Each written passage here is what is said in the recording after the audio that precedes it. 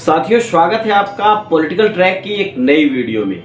आज political track पे बात होगी फिल्मों की, एक ऐसी फिल्म की जिससे पूरे देश में हाहाकार मचा हुआ है, बवाल मचा हुआ है। बात करेंगे कनाडा फिल्म फेस्टिवल में पिछले दिनों जारी हुआ काली फिल्म का पोस्टर और उस पर मचे घमासान। लीना मणिमेकलाई नाम की एक तमिल महिला ने इस पोस्टर को जारी करवाया है एक डॉक्यूमेंट्री बनाने के लिए।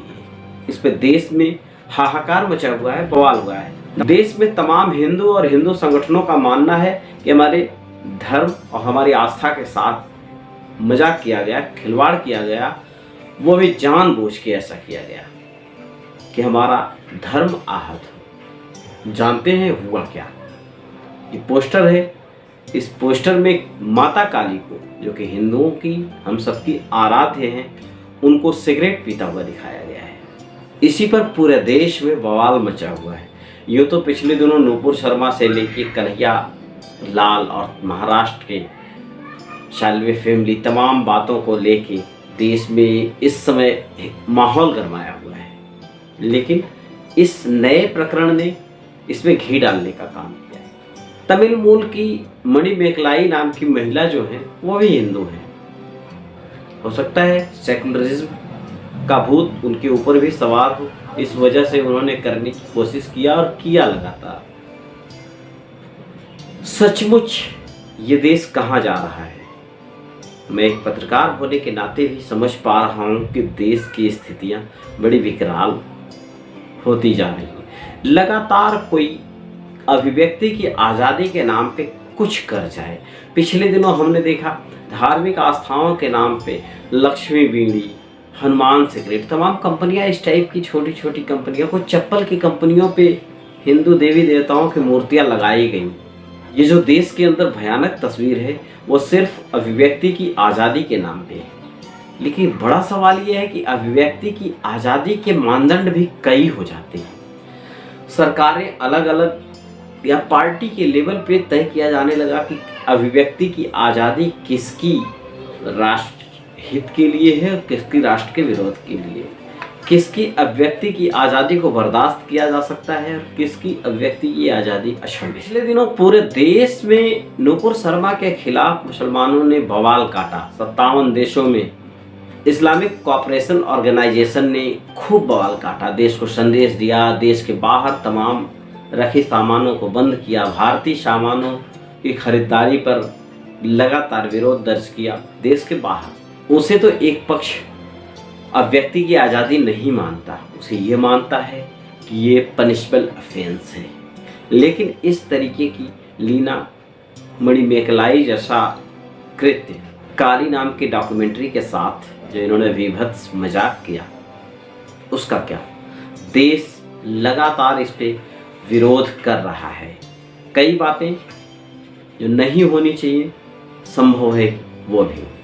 इसमें मणिमेकलाई को क्या मिलता है? लीना ने ऐसे समय इस बात को सामने ले आने की कोशिश की और भयानक मजाक किया जिस समय देश दो मुहे पे खड़े हैं। एक फ्लैग भी काली माता के साथ लगाया गया है, जो फ्लैग बहुत कुछ दर्शाता है। इस फ्लैग को गौर से देखिए। इसमें LGBTQ का झंडा है। लेस्बियन, गे, बायोसेक्सुअल, ट्रांसजेंडर क्वेरीज, समलैंगिकता के पक्षकार देश में रहने वाले लोगों ने भारत में भी इसको वैध घोषित करा दिया। इस पे अब कानूनन जुर्म ये नहीं है।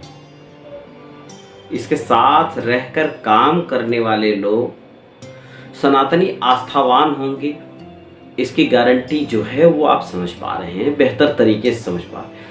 आने वाले वक्त में मैं आगाह करता हूँ, फिल्म निर्माता इस तरीके का कंटेंट्स क्यों ले आते हैं?